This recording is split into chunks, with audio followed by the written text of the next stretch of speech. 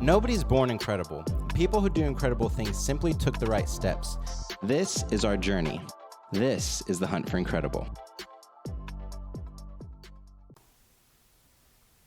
Today I got to interview one of my best friends, Dylan Wright. Dylan is the band manager for Flatland Cavalry, Josh Abbott Band, and many other incredible artists. He's managed Flatland Cavalry to some very notable achievements, like how they've grown to 2.6 million monthly listeners on Spotify alone, and over 660,000 followers across platforms. Now this is the first of 2 episodes where Dylan shares his story on how he got into music, how he ended up managing multiple bands that are on fire right now, and even how he ended up partnering with Luke Combs' manager, Kappy. In the next episode, we talk about his philosophy on how he takes care of people on his team, how he built that team, and his mindset towards facing obstacles. All right, without further ado, here's my great conversation with Dylan Wright. This is a very special podcast episode to me. You're one of my best friends in the world. I'm so excited to dig in so that we can share with other people a lot of the wisdom that I've gotten to have just from hanging out with you. So I'm super stoked to give it to people. Dylan, welcome to the show. Hey, thanks, man. What an intro. That's great. Yeah. You have a phenomenal backstory, one that really defined and shaped you as you went through life, and one that you ended up pulling lessons from as you reflected in life that enabled you to really flourish and blossom into the career that you have now. And now you are managing bands that are blowing up. Of course, majorly influential by you and how you're shaping and shaping the bands and the brands, as well as the impact that you're making on the industry as a whole and will continue to make, which is so exciting to get to see, like, backstage, behind the scenes.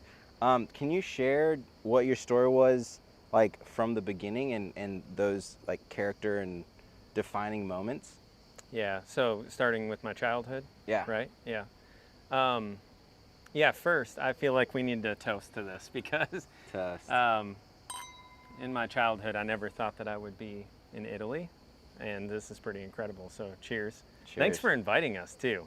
My wife and I, we probably wouldn't be here without you, so I appreciate it. Appreciate that, man. I appreciate y'all coming out. I wouldn't say that on a grand scale it was an incredibly tough childhood, but there were definitely challenges. We didn't have a lot of money at all. Parents divorced when I was super young, but I really value all of the quote-unquote tough times that we had. My mom was, for the most part, a single mother. She had 4 kids, worked her tail off, so it was really great to watch her take the struggles that she had or the challenges she had and always turn it into a positive. I feel like she's the main reason why, if I'm ever met with a challenge, I can always just look at it and find the positives in it, because that's what she did when we were kids. Whenever we would, be living out of our car, she would say, we're on an adventure, And so I just always, I shaped things differently in that case. And then my dad taught me how to respect people fully, how to respect others.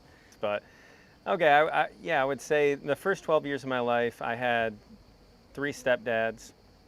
My mom had 4 kids with 4 different guys, and we really went through some ups and downs throughout that. And I hate to dance around it, but again, I'd love to ask for their blessing to share deep, kind of touch points on that. But nonetheless, we again got to watch my mom struggle and keep a good attitude about it all.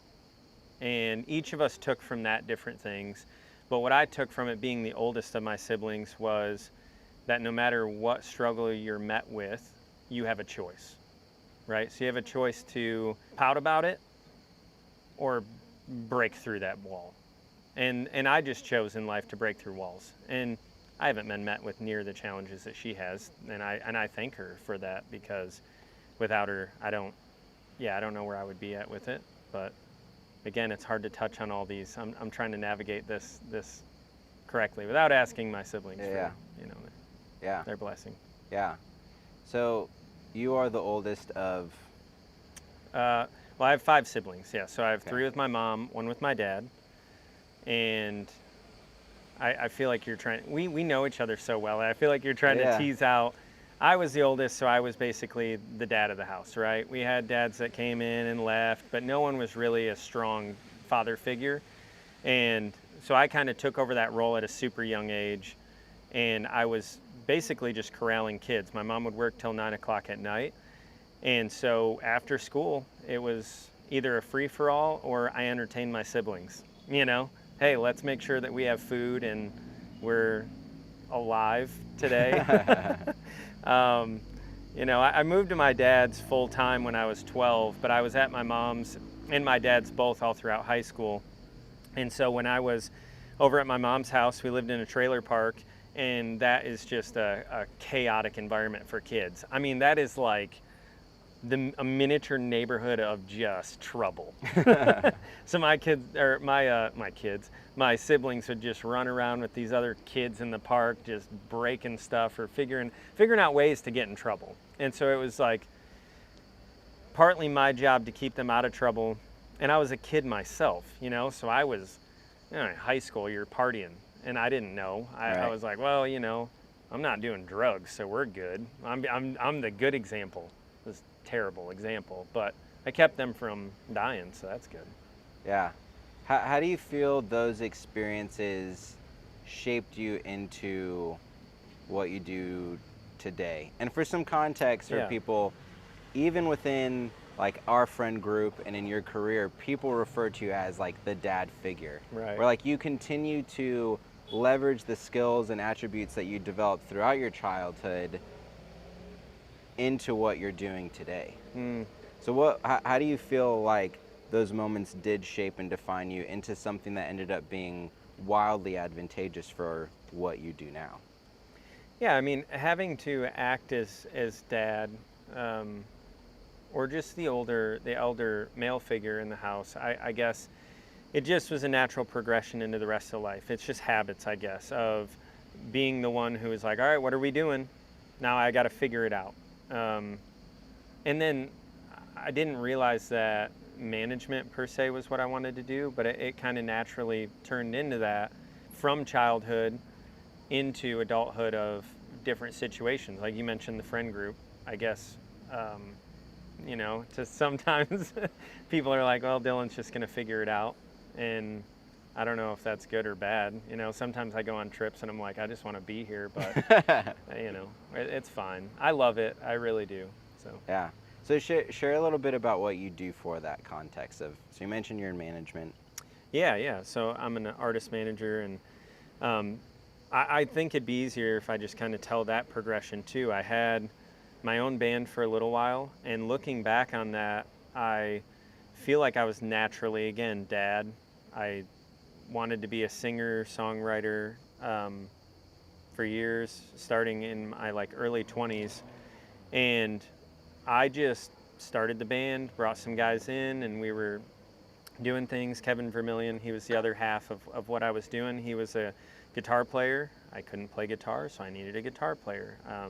He also was writing songs. He had a band before, a pop punk band, and so he had experience doing that. And we started this small little band playing bars acoustic, and then that progressed into, all right, hey, let's go to Nashville. Let's see if we can do this. And then that didn't work, so go back to Michigan, start playing around the local little tap rooms and stuff. Then we started getting some opening gigs, and then that turned into going back to Nashville, getting, you know, some publishing stuff going, started writing, and then from there, that is when dad mode kicked in, because we started having to like tour around. So I rented a U-Haul, and the guy knew what I was doing, by the way. He was like, dude, are you taking this out and playing shows? I said, no, I'm moving friends around. He's like, every weekend? Yes. But we would drive to Michigan and back every weekend, and it was my job to book the shows and advance the shows and get the merch together and get our, you know, social media going, what that was at the time, you know, Facebook basically, get YouTube videos rolling. So I kind of was managing without knowing what I was doing. I was just learning it all. And then that turned into me getting a job with Flatland Cavalry as their tour manager. And then that was the moment where it all clicked for me of, oh, I'm not an artist in this case. I'm an artist in the sense of organizing things for other people, because that's really all I was doing. Yeah. It's like yelling at a crowd. I wasn't singing. Anybody who saw our shows knew it was just like hype man, but all the rest of it was great. You know, putting the shows together and selling tickets and learning how to do that, navigating, making posters and merch and all that. That was also what really drove me. And then you get on stage and do that for 90 minutes, but the rest of it was incredible. Yeah. What I love about that, and what I think is worth teasing out, is the fact that you had an upbringing or a childhood that ended up refining in you these characteristics and these qualities that were, a lot of it was out of survival, taking care of yourself, taking care of your siblings, and then that ended up being a strength that you ended up leveraging into a career, right? Because we all go through, everybody has a different experience throughout their childhood. Like, for example, I'm the youngest of 4. So I never really had that top-down command and control authority. I always had to gain authentic buy-in from everybody around me. And so if I had an idea or somewhere I wanted to go, I was instant sales mode. How can I collaborate, bring these people together, convince them that we all need to go this direction?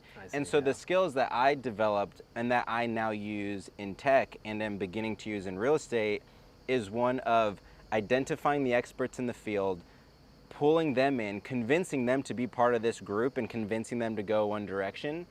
And what you did was, growing up, those muscles that you exercised early, similarly towards like professional athletes, they all started at a super young age, right? Because they started refining those skills early on. You started refining the skill of, okay, how can I coordinate people? How can I solve problems? How can I take care of the people around me? Because you are also one of the most caring and like nurturing people about your community that I've ever met in my entire life, which I'm so proud of to be your friend for that, and with a bunch of other reasons. And so you refine these skills of being able to organize and corral these people for a common objective and to take care of them. And then you got to a point in your career where you said, oh, I can actually, I'm uniquely good at this specific thing. Yeah. And you started applying that to management and being a tour manager, and then now a band manager. And I think for anybody who's not sure what they want to do or what their calling is, it's really important to stop and reflect and say, okay, what am I uniquely good at? What can I provide to the world that the world doesn't know how to find for themselves? Right. Right? Like, what can I give to the world that they cannot give to themselves? What am I uniquely good at? What in my, as I reflect throughout my experiences and development, what did I excel at? What was I naturally good at? How can I listen to people and hear the comments? Like, people always comment on you, like being the dad of the group, right? So it's like, okay, that's some like external feedback that I'm getting that is actually shaping my identity and explaining to me and providing that feedback on what I am talented at. Yeah. Well, I think I was super fortunate in the fact that, you know, I found a passion in music, and I began chasing that. I didn't realize that it was going to turn into what it did. I didn't really care in the beginning. I just knew that I didn't want to work in an office. And my mom always said, she's like, oh, I just see you in a suit, you know? So from a young age, it was, my mom was like, you're going to do business of some sorts, or I see you in a suit, or I have this vision of you here. And so maybe that helped shape me too into like the business, but I was like, I don't want that. I don't want to work in an office in a high rise, or I don't want to work at, I had a job at the state of Michigan, worked for the city of Franklin. I had a lot of these government jobs that I enjoyed. You know, I found joy in all of them and made a lot of good friends, but I knew that I didn't want to be there.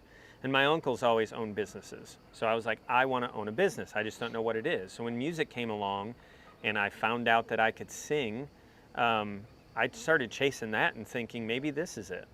But then the fortunate part was when a really good buddy of mine from high school, Jake Teague, called me and was like, hey, Flatland Cavalry is looking for a tour manager. I know that your band's no longer doing stuff. Do you want to do this? That was the fortunate part of me saying, well, I have an opportunity to jump over here and try this out. But I didn't know that I was going to be good at that, right? So I think that, you know, that was the God thing for me. I felt like he was opening the door and saying, maybe try this path. maybe see what's over here. And then when I did, it was day one clicked. This is what I'm supposed to do. It was hard in the beginning, not getting up on stage every night, because that's what I had done for 4 years, was book the show, book the travel, get the band there, drive my Kia with the U-Haul, show up, load in. I was still doing all that with Flatland, right? I was helping everything right up until the moment you get to the stage. And then it was a very weird, that's where I stop now. But it was a comfortable weird. It was a comfortable moment of, this is it. So I had that moment. And that turning into management, I saw, for anybody who's trying to get into music, I saw that this was a great avenue for, there is a manager that's doing other stuff too. And I know that I would love to be a bigger piece of this puzzle. So I love what you're teasing out here, because we've had many conversations, so there's a whole bunch of backstory, but I guess my childhood did naturally turn into this, but I do think that it was just trying tons of different things that led me to know that one moment, this is what I'm supposed to do. Right. Yeah, and being bold to actually take those steps forward to say, okay, I've never done this before, but I think I can make the leap. Or going from tour management to band management and making that leap and saying, hey, I haven't done this before, but I believe I can do it, and I'm going to pull the trigger, instead of being so trepidatious that you come up with multiple steps to get there. I think oftentimes people, they have a goal or a path, and they're fearful to get there. Yeah. And so they come up with all these steps that they have to do before they get there. Oh, I would start a business, but I'm trying to familiarize myself more with this industry. Yeah. Or, oh man, I would love to start a band, but I think I need to get better at my instrument or get better with. No, just do it. Just start the thing. It's right in front of you. It's in your hand. You literally just have to close your hand. Don't pretend like you need to reach for it. It's already in your hand. Yeah. And just pulling that trigger. And that's something else that you do super well. Something that you've mentored me in, which is just go. Just it's like speed over analysis. Yeah. And me with an engineering background, I have always been hyper analytical, and there are times when you want to be hyper analytical, right? Like when we got into real estate and we were putting our life savings into deals, I was like, okay, I'm going to triple check these numbers. I'm going to make sure I read all the books. I'm going to talk to the right people. I must have gotten feedback from maybe 10 other investors on the specific deal we ended up buying. I ripped through 12 books the first 3 months, I need to triple check. But then there are other things, if the risk is low or it's a reversible decision, then move quickly. Yeah. And don't think too much about it. Don't overthink it. Just make sure you're putting one foot in front of the other and charging forward. Yeah, I would say it's really important to self-analyze, right? Figure out your little nuances. And I say that because something I realized about myself is that I do overthink things, but then I put systems in place to combat that, right? So over the years, I realized some of my hindrances. And it's just like when we first got to the hotel, I unpacked right away. And you were like, what kind of crazy person are you? But I unpack because I know that these types of things linger in the back of my mind. I know that when we're done with this and I get back to my hotel room, I'm going to be super comfortable and not have to stress about where is this or where is that, or, okay, now I have to unpack again. I hate the idea of having more things to do, so I try to front load all of my stuff and get it done and set future me up. So when you guys observe Dylan makes quick actions, it's just because I've put steps in place to help me.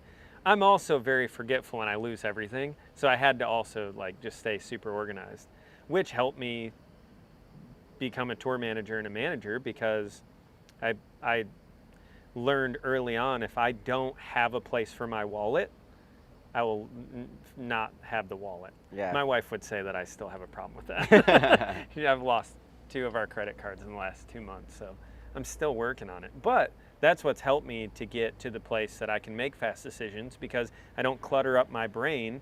I learned I'm going to have clutter, so I declutter my brain by getting everything done and allowing free space for me to move forward. But that's different for everybody. Yeah, creating that space so that you can operate more freely. Yes. I'm such a firm believer in that. My crazy tendency is I like working on desks with nothing on them except my laptop and a cup of coffee or water. And I like that's that. it.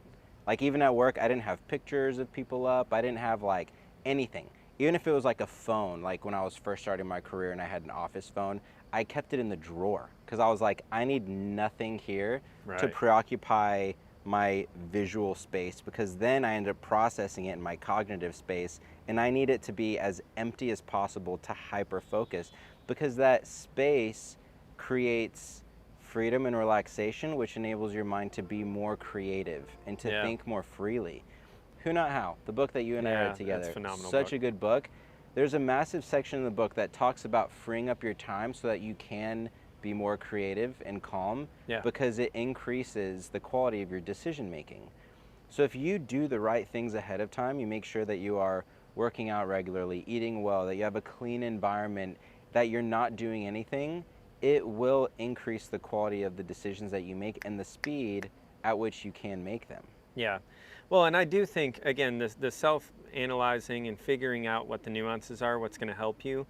But I do think that every person could use the tools that I was using, because I do notice a lot of other people just in everyday life will have clutter. They live with clutter, or whether it's a picture on a desk that is distracting them, and they think it's a sentimental thing, but really it's just a distraction for 10 minutes when that 10 minutes could have been productive, right? That's great, and I've never thought of that. Or being more organized with packing. How do you fold your shirts? How do you choose your shirts? I mean, it's right down to me. I bought all just blank built shirts so that I don't have to think about my outfit every day. I just am like, I have one of each color and then a few of these, but it's just simplicity, because then I'll overthink it. I'm an Right. overthinker.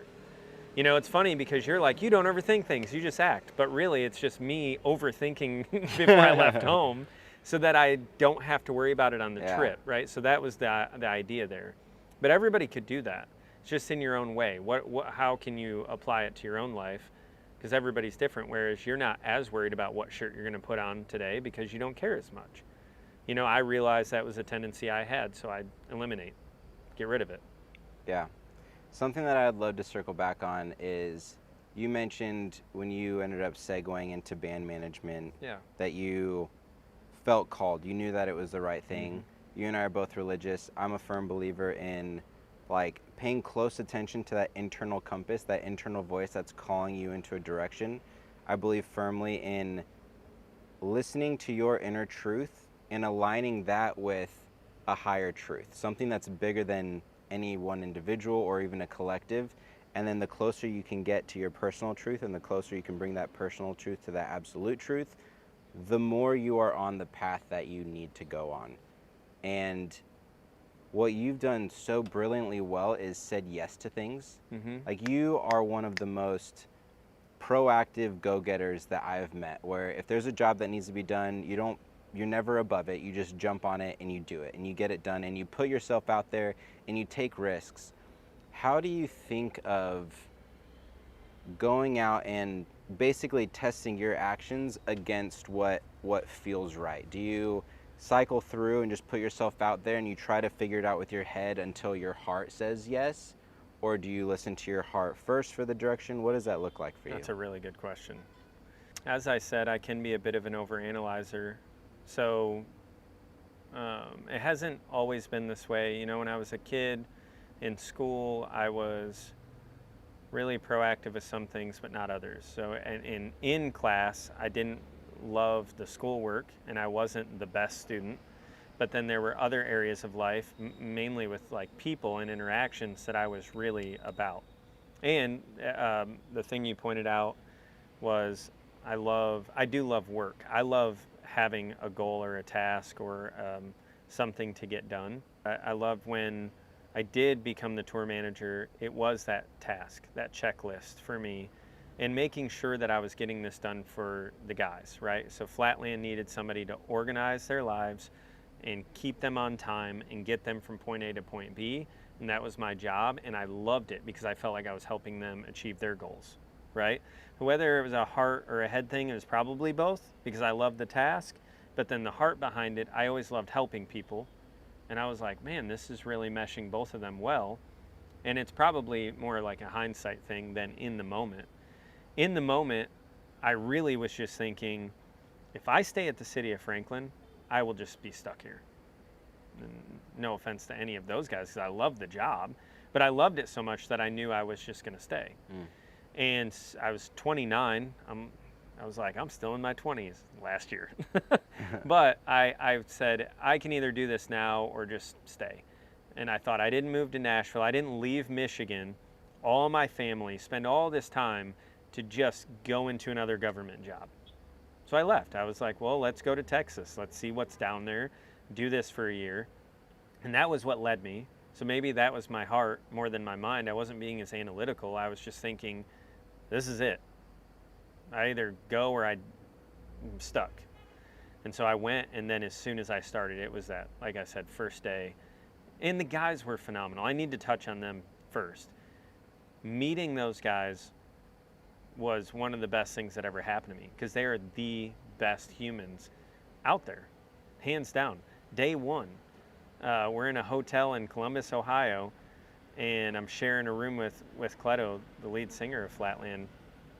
And the kindness of these guys to bring me into what they'd been doing for a couple years, and just, you're our brother now. That's it. When he interviewed me, he called me, and I had my analytical checklist. I was like, let me tell you my background. He goes, hey, so Jake says you're a good guy. I'm like, oh, I appreciate that. And he goes, yeah, so you want the job? That was it. I said, yeah, can I tell you why I'm qualified? And I made him listen to my list. And I think in that moment he was regretting giving me the job. He's like, I don't know why this guy's telling me this. I love that about Cleto. He just trusts people. And he's like, well, Jake says you're a good guy. You must be a good guy. Let's go. And that's, I don't know. That's just funny little story. But So then you ended up being the tour manager, and then what did that segue into being a band manager look like? I feel like the 2 years that I was out on the road with the guys, helping them individually and collectively be organized, but also decluttering their lives, right? We went from a van that was trashed every day to now it's not trashed at the beginning of the day. And they're like, oh, this is nice. And then, hey, where's Reed? Where did he go to? And then finding and corralling them, they're like, wow, we no longer lose our guys anymore. This is great. Not that Reed was always gone. But we can tell that story on part 2 probably. And then, not like you said earlier, not being afraid of doing those. There is absolutely no job, and this is something that every single person should do. You're never, ever above any job, ever. I don't care how successful you become. You always have to keep that mindset of, if the toilet needs cleaned, I'll clean the toilet. Within reason, there are people who can nitpick this and say, well, is it worth your time? It depends. What is your role? What's your job? Also, are you the only one to do it? Don't be lazy, and don't pass it by. If it's that's not my job. If that's the reason you're not doing it, then clean the toilet, right? But if it's not your job and you're really doing a disservice, okay, I get it. And my point is, I was not afraid of doing any of those things. Every time the guys would walk out on stage, I'd run to the bus and I'd make the bus spotless. Every time. So when they got off the stage, because I know what they were feeling because I had done it, they want to be able to decompress. They just played for 90 minutes. They signed autographs for an hour. So now they're sitting at 2.5 hours in of just highly amped up energy, and they want a place that they can come and relax, not a place that's got food and smells, and now they're stepping over bags and figuring things out. We can come and just be free. And so I think those types of things led into them respecting and trusting me, right? So it was about building trust. And I didn't have the intent of being their manager. I had the intent of being a manager, and I was willing to bust my tail for as long as it was going to take to work my way into that role and gaining the trust and earning that respect. And so when they decided it was time for them to part ways with their previous management, and they approached me about it first, I think, and you'd have to ask them, and I know you had Jason on the podcast, but you'd have to ask them as far as, I think it was, we trust this guy. He's kept us alive and on time and decluttered for the last 2 years. He's dad. Let's check with him first and see if he would want to do this. And so I think that was the natural transition. Being there, being with them in the grind, in the trenches, doing it because it's hard. It's hard being a touring artist. Long nights, last one to go to sleep, first one to get up. Go to bed at 3:30 and wake up at 7. I'd make sure the driver would make it to the bus. All right, he's in, we're good, lay down. And I would set my alarm depending on how far it was, and I would wake up right before we're getting there, go out, help him park, make sure he gets to his hotel or has everything he needs, and then it's on to making sure, the band has everything they need. And I'd usually have a 3 to 4 hour gap between parking and when the guys wake up at, 11 or noon, because they're going to bed at 3, and they need to be energized. But I think those were kind of some of the things that led into them knowing and trusting that I could do it, and that I cared because I was there, Yeah. Share the portion of the story, because this is one of my favorite stories and an incredible lesson I want to tease out. The portion of the story which was how Kappy got involved. Oh, yeah. And what you did with, the optionality there. Okay.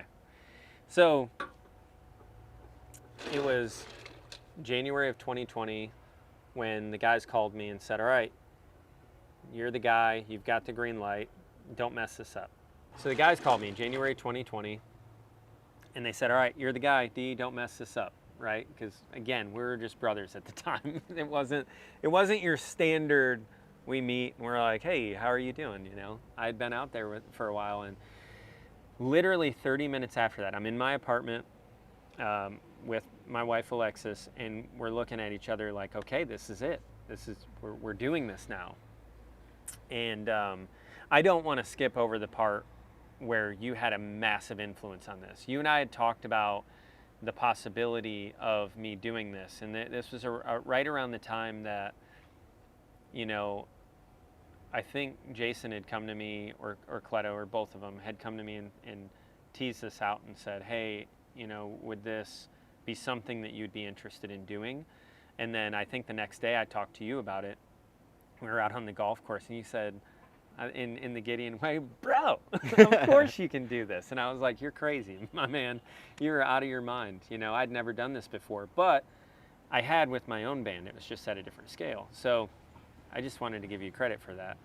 Appreciate it. You come back to this. So we're in the apartment. I get the call, green light. And this is already a crazy day. And 30 minutes later, almost to the minute, I get a call from a Nashville number. And it just says Nashville, Tennessee. And I'm thinking, what on earth is this? I'm 30 minutes into the job. Somebody from Nashville's calling. And I answer the phone, and I'm like, hello? And he goes, hey, this is Chris Kappy, Luke Combs' manager. I looked at Alexis and said, what the? I was like, what is happening? We're 30 minutes in. And he says, hey, so I hear Flatland is making management changes, and I wanted to throw my name in the hat. And I'm immediately thinking, how on earth does he know? Because the guys called me as soon as it happened. And it turns out it was the booking agents talking to other people, and I'm like, this town moves way too fast for me. We were living in Fort Worth, and I'm thinking, this is crazy. So I told him, I was like, man, it's a funny thing you say that. The guys just made me their manager. And Kappy, this was the first moment that first interaction I ever had with Kappy, but the first moment that I knew this is a really good guy. He said, oh, that's enough said. He said, if you ever need anything, give me a call. I'm always looking to partner with people, but I'm here just to help. Anything at all that you need, you have my number. This is my personal cell. Save it, call me. And we hung up, and that was it. And so I immediately called Jason and Cleto back. They were still driving back from Austin. They're like, what is he doing? And I said, hey guys, I just feel like I need to let you know but I just got a call from Luke Combs' manager, and he wants to manage you guys. So I would totally understand if you fired me in my first hour and hired him. And they said, nope, D, you're our guy. Get it done. So I was like, okay.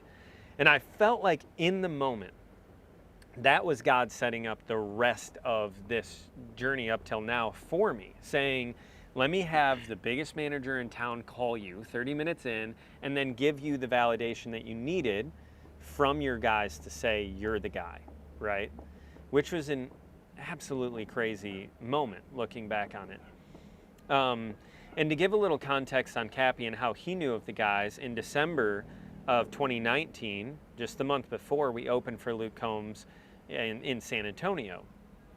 Now, Kappy wasn't there, but his whole team was just talking about how great the guys were and the team and everything. And Ethan, who's Luke's tour manager, called Kappy and said, yeah, these are really good guys. So that's how Kappy had first heard of them. You know, he chose them to open for Luke. I think it was Morgan Wallen had to pull out for a radio thing, and which is insane to look back on. You know, Flatland filled Morgan Wallen's spot on the Luke Combs tour in 2019.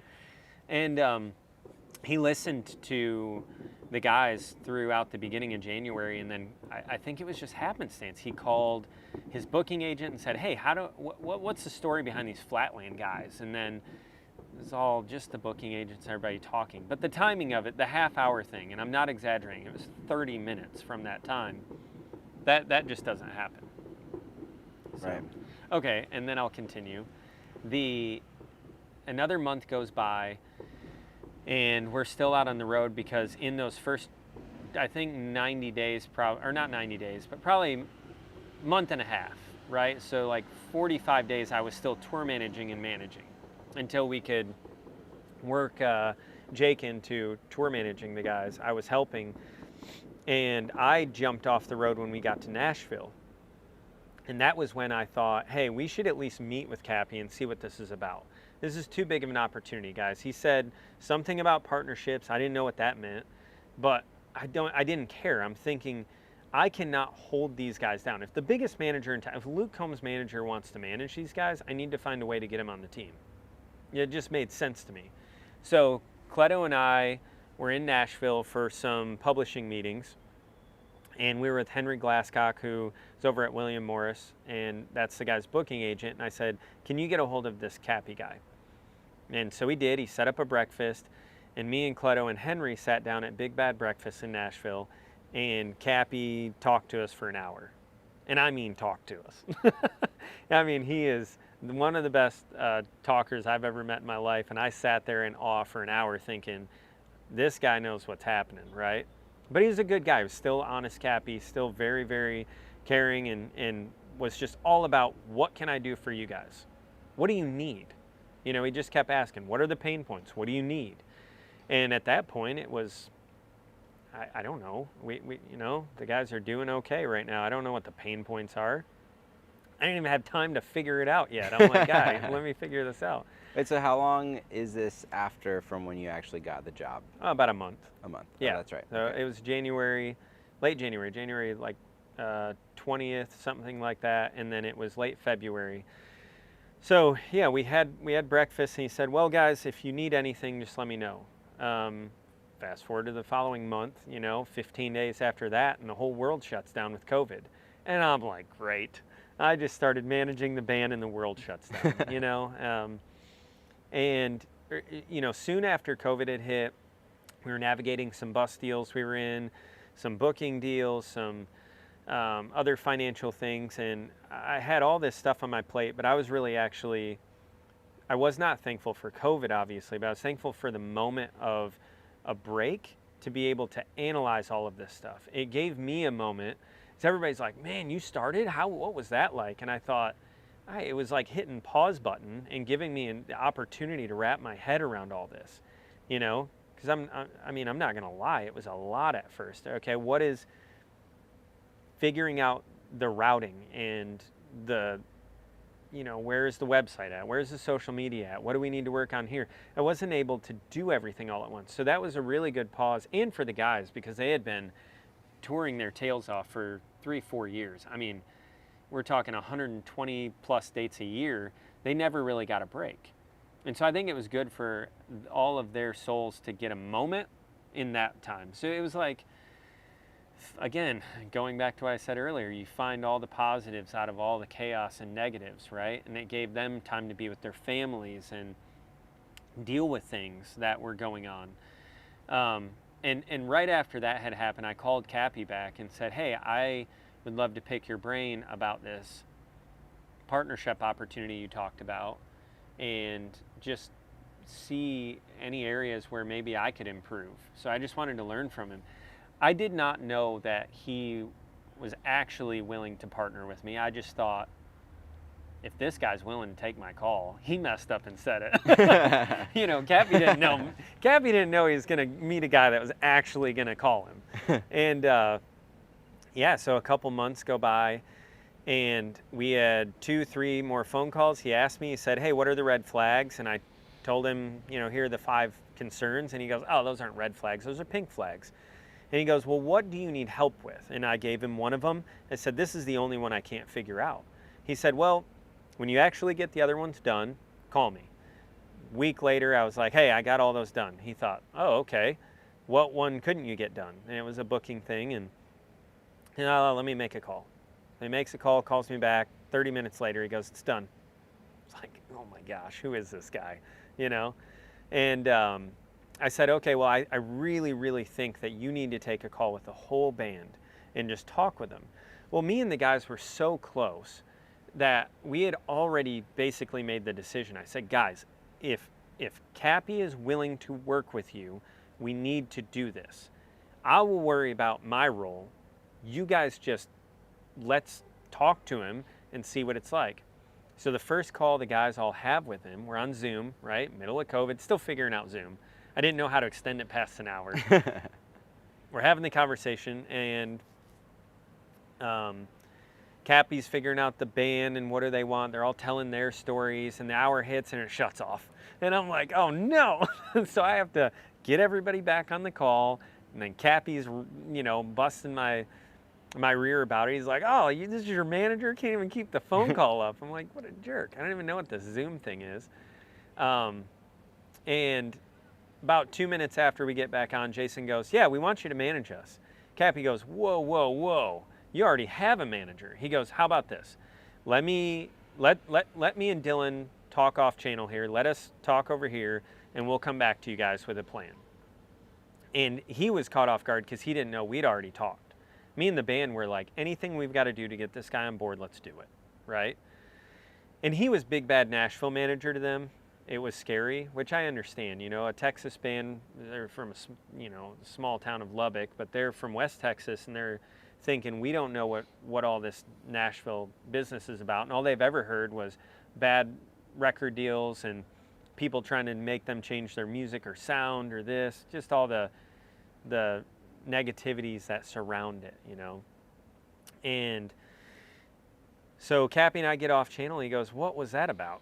I said, well, I should have given you some context. The guys would really love to work with you, and I told him not to worry about the nuances of it, just that we need to do this. He says, okay, that makes sense. So how do you want to do this? I'm like, I don't know. What do you mean, how do I want to do this? How do you want to do this? And he gave me 2 options. He said, okay, well, look, I'm willing to work with you guys. I have 2 options. You could either come and work for me, and I can pay you a salary, and we can figure out how to split the commissions or whatever, or you can start your own business. But I'm going to tell you should start your own business.